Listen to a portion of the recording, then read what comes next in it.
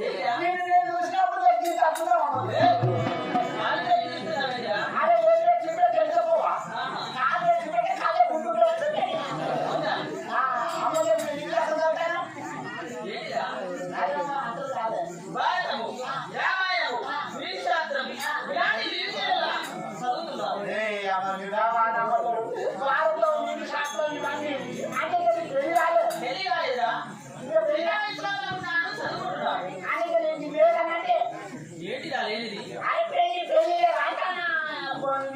ఎవరికైనా ఉండాలి కదా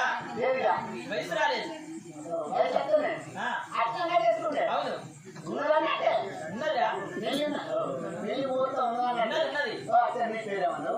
నా పేరు జయంతులు అంటారు